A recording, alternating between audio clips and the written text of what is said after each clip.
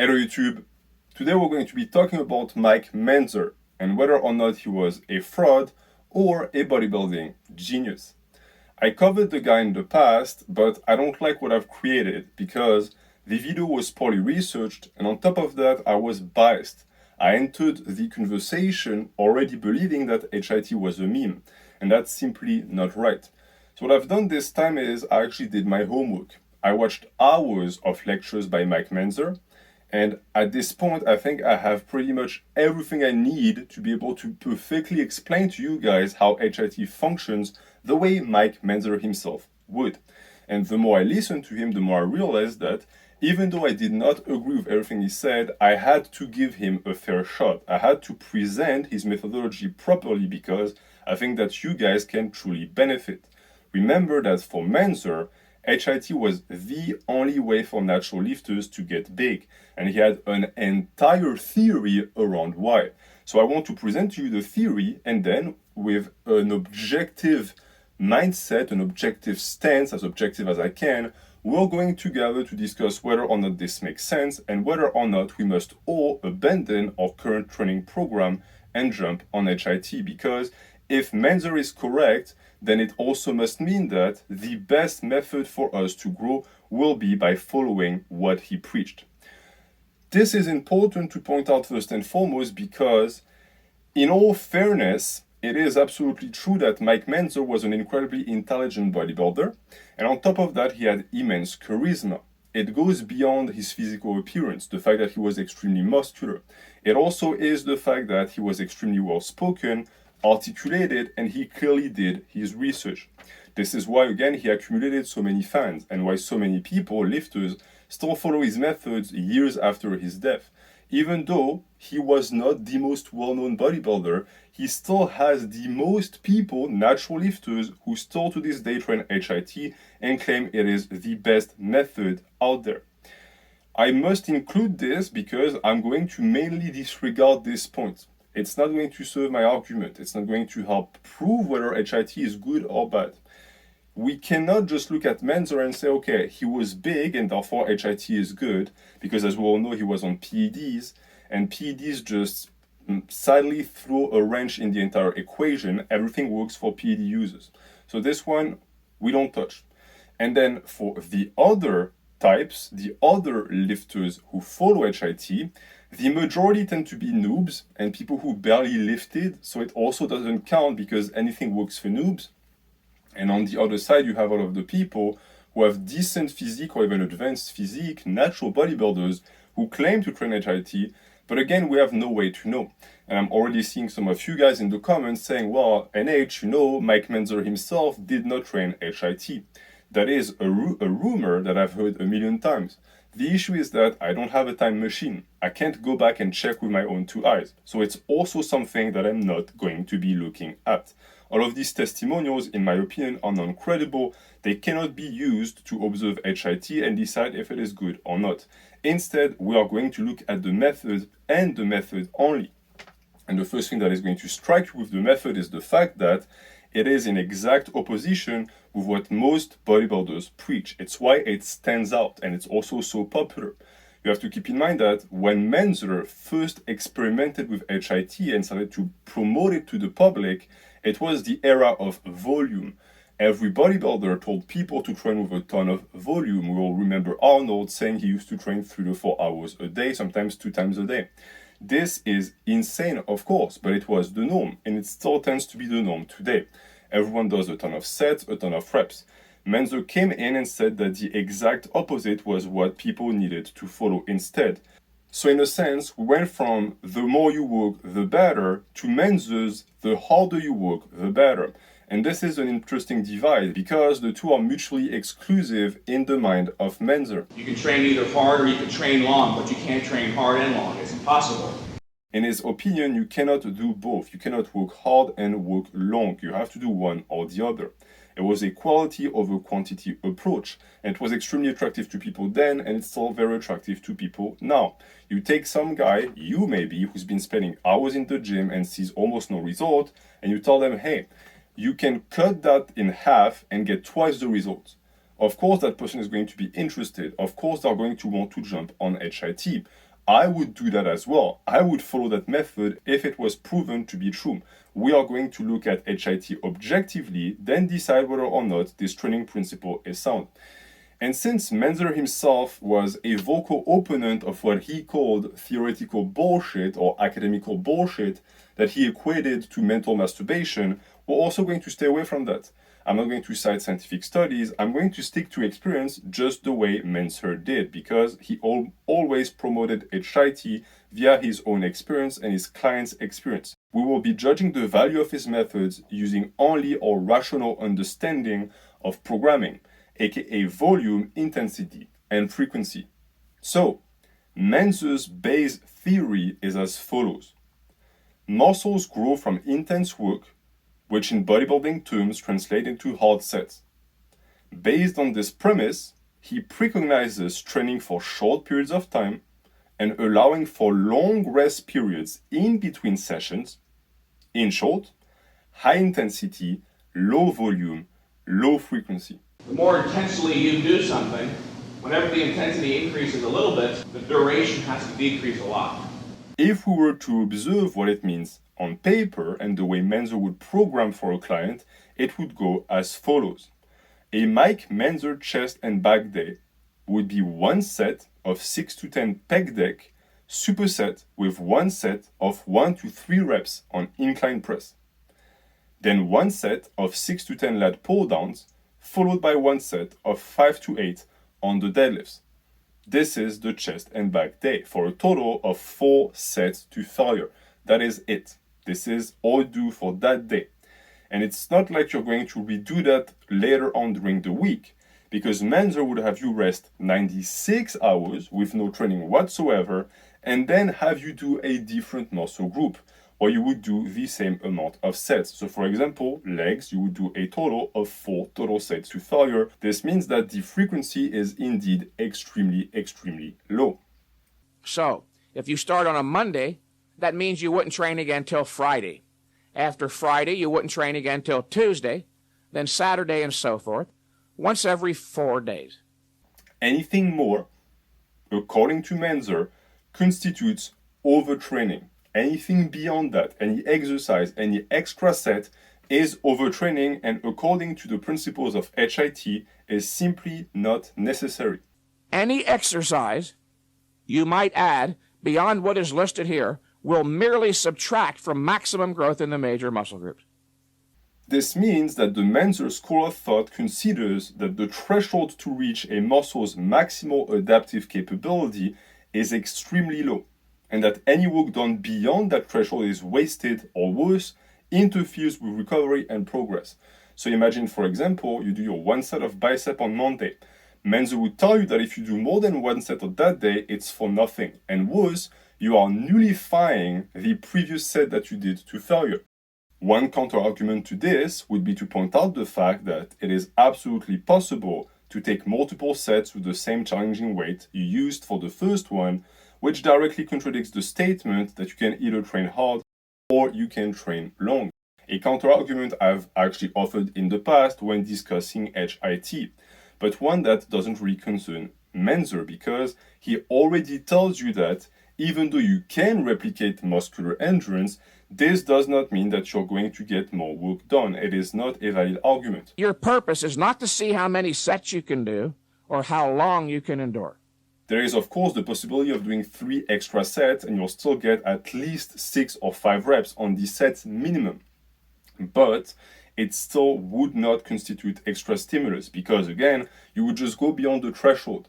You would go beyond what the muscle can actually take and recover from. So you're just wasting your time. This is, of course, according to the Mike Mentzer theory of muscle maximum adaptive capability. So this means that if we are to understand HIT, we must espouse Mentzer's view. And Mentzer's view was pretty much a mono-set view, meaning that the second you take more sets into the equation, of course, his entire theory falls apart. If you listen to him talk, he uses the metaphor of the sprint. In his opinion, a set is like a sprint. The faster you run, the less time you can spend sprinting, because at some point you are going to just gas out. That is absolutely correct. Just like the faster you run, the less distance you can run. If we look at set multiplication, aka doing more sets, it stops making as much sense because yes, maybe if you do one sprint, you're only going to be able to go as fast. But if you do multiple sets of sprints with rest in between, now you can sprint longer because you're multiplying the length of sprints you do by also multiplying the duration of sprints by doing multiple sets. So even though it's technically correct that a set that is long cannot be intense, because if you do a set of 30 reps on squats, we both know that you're not going to that super high intensity on the squat. If we take that same set and we cut it in 3 and we split it, now you can still do very intense reps. And you can still get a lot of work done, more work than with only one set. So that's the issue of multiplication when it comes to HIT.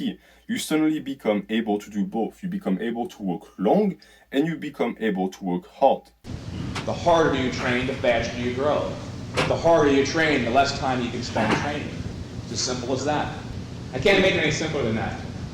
However, just because muscular endurance allows for a feat to be reproduced does not mean that the stimulus will bear fruit. Mentzer himself says that repetition and the ability to replicate muscular endurance does not mean that the stimulus that you're going to get from that repetition is going to result in gains. The only thing you're doing is you're proving to yourself that you have the ability to do the reps, but they are not effective, because to Mentzer, the mindset I just presented of the multiple sprints is faulty, as it essentially boils down to you trying to see how many sets you can get instead of a surgical approach that has you do the bare minimum to grow.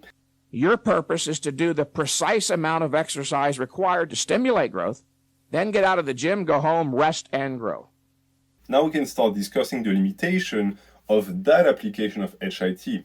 Because while the multiplication of sets was taken into account in Mentzer's theory, what he did not really discuss is that threshold I already presented. Again, you have to accept his idea that a muscle's threshold is extremely low for the entire HIT theory to make sense. But the problem with that approach of his is that if the threshold of muscular adaptation is not met, no growth will occur, which also explains why most people prefer to do more than not enough. He believes that this is the reason why people plateau. He thinks that people plateau because they try to do too much. Instead of focusing on one set and pushing it to failure every time and being more and more intense, people have a tendency, of course, to try and branch out and do more when they see that they're not getting any results. And I respond, "Sir, but that is precisely how you were training before, and that is why you made no progress and were prompted to call me for counseling. You so burned yourself out with all those exercises, you dug so deep of a hole, your body never had the opportunity to recover from the merely exhaustive effects of the exercise, let alone grow." The problem is that it is dubious to believe that 1 or 2 extra sets could cause a complete absence of progress. This idea by Mentzer again that if you just so happen to do an extra set of curls somewhere during the week, it's going to nullify all of your process. I don't quite understand how you could justify that unless you again agree with his quite extreme views on muscular adaptability thresholds. And this is why focusing entirely on intensity is fairly limited. Once that factor, the intensity factor, stops producing growth, you cannot just be more intense, as this value is capped at 100%, while volume and frequency are infinite. You understand that if you can only do one set and now you're not seeing progress anymore and you're not allowed to be doing more volume or to add more frequency, you can just magically do more weight if your strength is not growing. Of course, Mentzer also discusses that in his lectures, but I believe his solution to be pig-headed at best and dangerous at worst. Continue inserting the additional rest days with greater and greater regularity until you are only training once every 5 days. He has such an hyper focus on intensity that he has a tendency to tell people to just take rest days if they're not progressing. Actually, if you listen to the way he programs for people, he tells them that at some point, if you see plateaus, the solution is to just rest more. Why? Because in his understanding of training, any type of plateau you reach, as long as you get your sets to failure during HIT, is caused by low recovery. One of the first lessons I learned as a trainer years ago is that the leg biceps, and the biceps of the upper arm overtrain extremely easily. So what is the solution to low recovery? Is just more days. But again, what if the person is not able to progress because they're not receiving enough stimulus on HIT? In this case, taking more rest days is just going to make them regress even faster. This is of course never considered by Mentzer, because he believes that it is absolutely impossible for someone to need more volume than they're already getting. They have to focus entirely on intensity. And you've got to train as intensely as possible, because that is the one factor most responsible for building mass. And if you want to build mass, you've got to train for short periods so you can train intensely. So now you have to program using only one of the three branches of programming, aka intensity that can only take you so far. You are not allowed to touch the other two. And this is why you hear people who train HIT discuss beyond failure training. Mentzer himself spoke about that. He spoke about forced reps. I think that at some point he himself realized that intensity was capped at 100%, and he also understood that this created a limitation that was making the program and the methodology of HIT incomplete. So what he started to develop instead is this idea of beyond failure, an idea that is also dubious at best. We know that intensity is capped at 100%.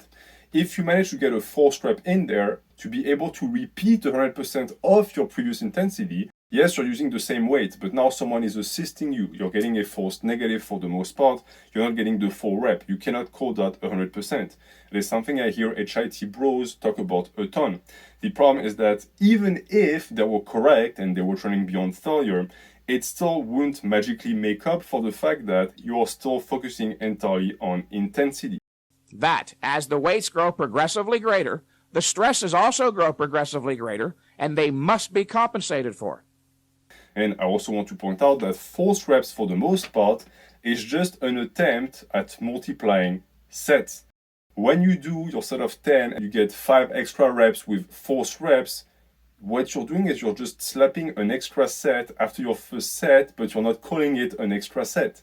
This is also why I think that Mentzer's approach was a bit limited. He understood the importance of adding additional volume, but he refused to have it happen outside of the brackets of HIT. So what does he do? He just have you do more reps after the set is already over.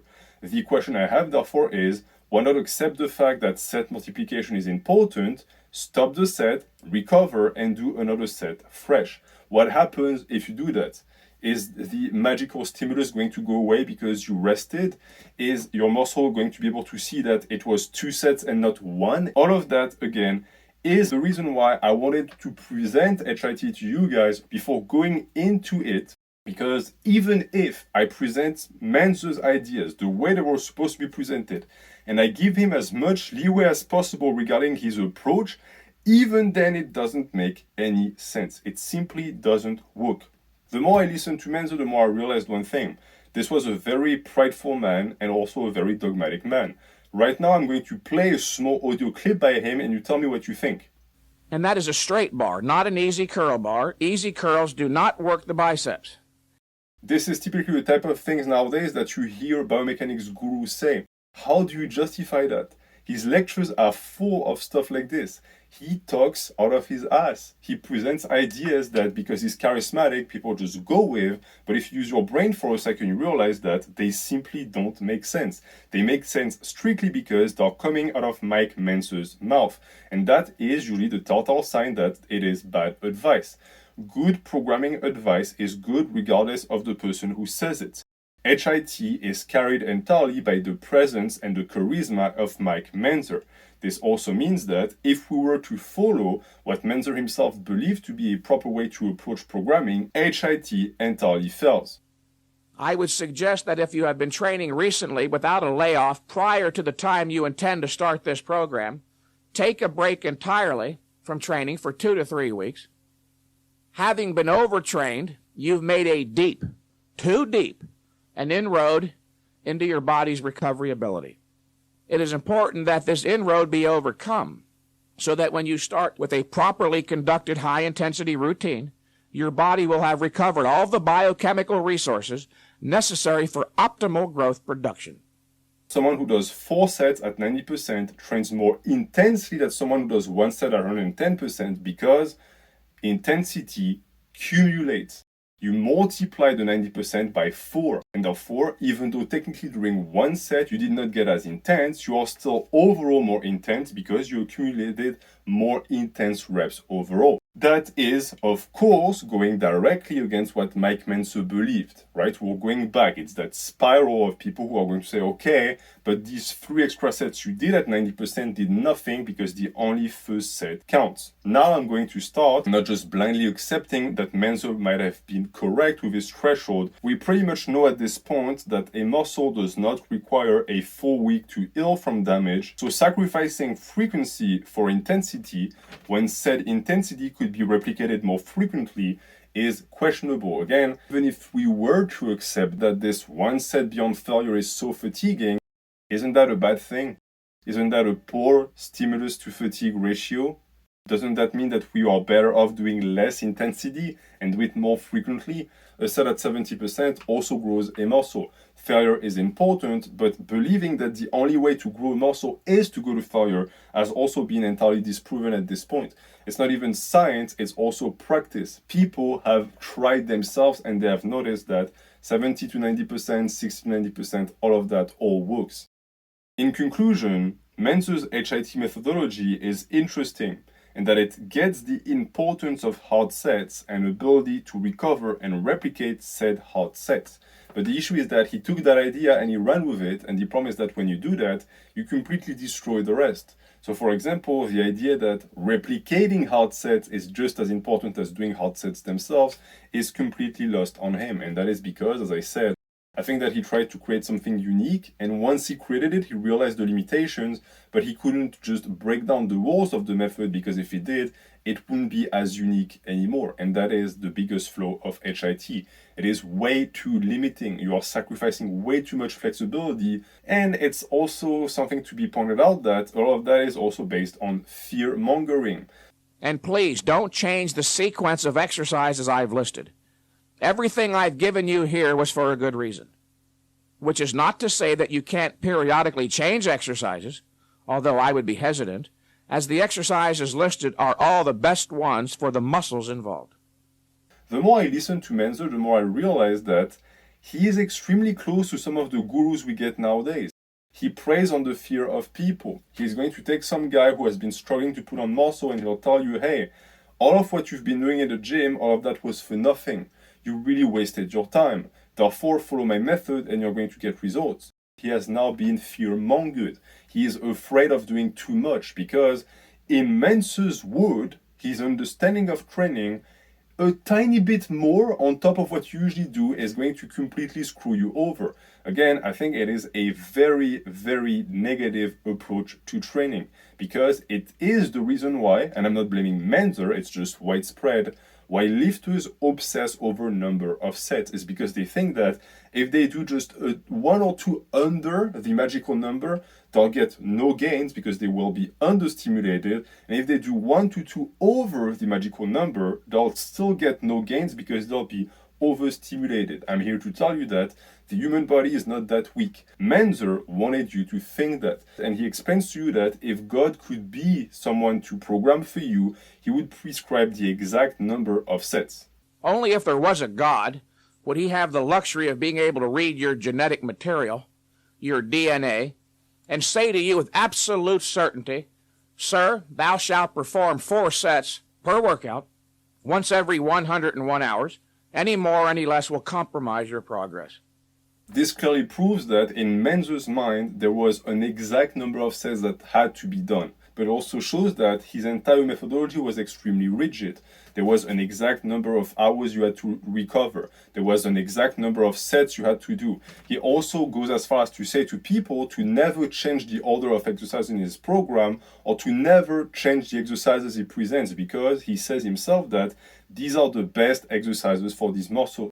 We're dealing with someone who had a ton of ego, maybe rightfully so, but it does make him someone that you don't really want to be taking training advice from. And it is that rigidity that led Mike Mentzer to overemphasize the role of intensity without taking into account that volume and frequency also play a role in its accumulation, preferring to espouse an antagonistic view of programming principles instead of the holistic one. He looked at training and thought intensity is the most important variable, and therefore volume and frequency are enemies that vampirize intensity.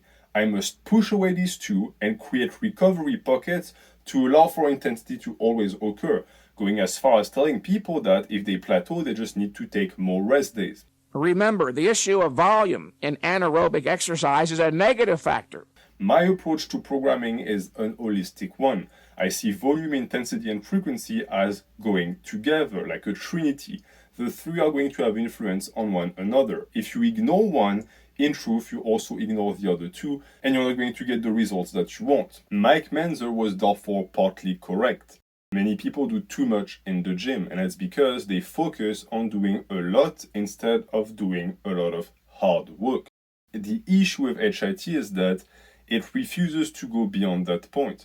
It believes that working hard is the most important part of building muscle, without considering that at some point for you to work harder, it will mean and entail you're going to have to work longer, spend more time in the gym doing hard sets, and do it more often, aka doing more volume and doing more frequency. So if there's one thing you can learn from Mentzer, it's his understanding of hard sets and the way he programmed them.